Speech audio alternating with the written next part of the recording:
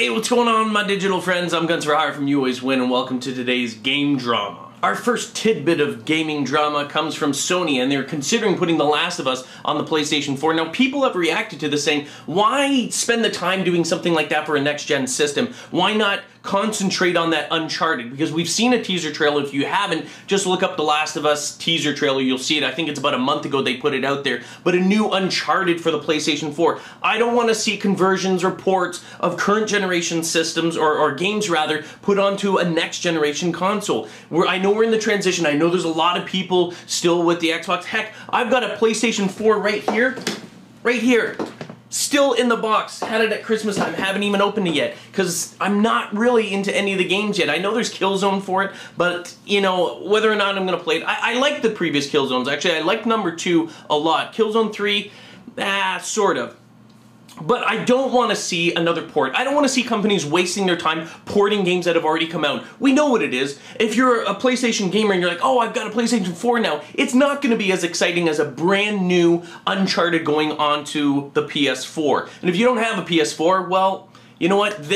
After a while, they're going to become obsolete. I know they're still active now, but you know, in 2-3 years from now, I know people are like, I'm not spending the money on it. This is the way that the game industry works. You know, the new generations come in, the old generations start getting ignored. I know we're on the cusp, we're on the transition area there, but I don't want to see it. I want to see new next gen solely for the next gen, and I don't want to see it built for the PS3 and then ported to the PS4. Like, oh, but we've improved the graphics. Make it to the full capacity for that next gen system. That's what I'm more excited to see. Uncharted. So this news for me about putting The Last of Us on there, even though The Last of Us was one game that I wanted to play badly on my PS3 and I didn't, I still don't want to see it on the PS4. You know, if I'm going to get it, I'm going to get it for the PS3, whatever, at a discount, rather than paying for it on the PlayStation 4. Now, our next story that we're going to be talking about is Microsoft potentially discussing a diskless Xbox One after E3.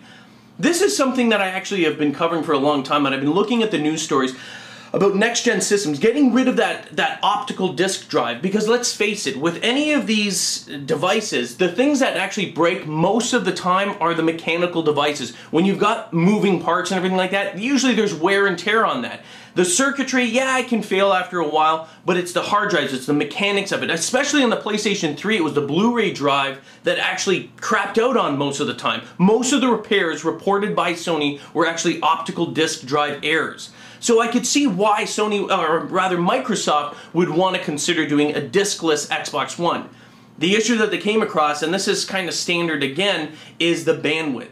People with the internet. Now, internet is getting faster and faster. Heck, in my own area here, I just found out that I could get even faster. I have, I think, 25 down and 10 up, which is really good for YouTube. It's the upload speed that I'm actually more concerned with. But I mean, the newest service that I just found out, cheaper than what I have right now, is like 100 down and like 20 up. And I'm like, oh my goodness, it's getting faster and faster. And then yes, some of you may be stuck with crappy internet right now, but as time goes on, as technology makes it cheaper and more affordable to everyone else, you know, the bandwidth isn't going to be a problem. Right now, not maybe the best idea, and I think a lot of people would have been turned off by that. But I mean, heck, Steam relies on that for the most part. You know what I mean? Like, you download the games on there, a lot of them, we're playing multiplayer anyway, you're relying on bandwidth, a lot of the multiplayer stuff. If you have a hard drive in there, or maybe even a solid state drive, if they can increase the capacity greatly without the cost associated with these solid state drives, you know, we can look at a diskless thing.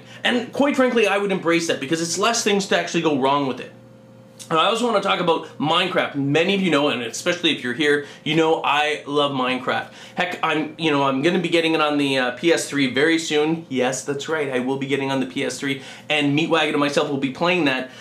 We predominantly play it on PC though, only because it's more powerful. There's more texture packs, there's more mods, it's easier to find maps, it's easier to do what we do on the PC.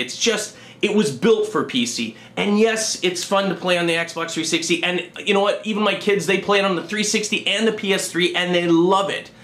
But it's just not as powerful. You know, resource packs, texture packs, mods, special maps, all that other stuff, way easier on the PC. But it's still good that it's spreading, because not everyone's comfortable with a keyboard and mouse, and not everyone has, you know, a gaming PC. And believe me, sometimes even with you know, a powerful computer. Like I've got a powerful PC here, and it can lag in Minecraft. The tick rate, though, it's not like the system itself and the RAM usage and the CPU is fine. It's just this tick rate when people create maps that cause issues. There's a little bit of lag on the PS3, a little bit of lag on the Xbox, but not horrendous and not as bad as it can get with some of these custom maps that you see in the PC world.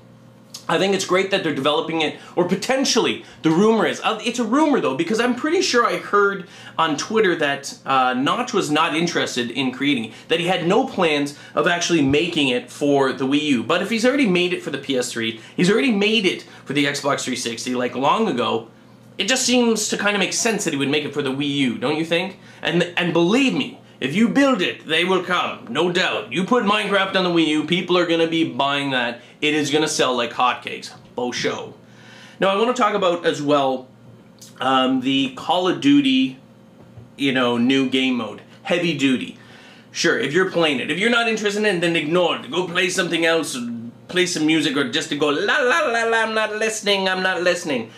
I love Call of Duty, and I'm torn on this. You can see I'm like, I'm torn on this particular game mode only because it's not really a fresh game mode. It's vastly increased health is what I'm getting from this. And basically it takes a ton of bullets in order to drop someone. This may be actually good for some people. Maybe if they have, you know, they're getting sick of being shot like instantly. You know, sometimes when you're playing it feels like you're insta-dying on ghosts. A lot of people have been complaining about this. Heavy Duty, maybe it's just a way of actually balancing. They're like, you know what, we're going to double your health. It's going to take extra long.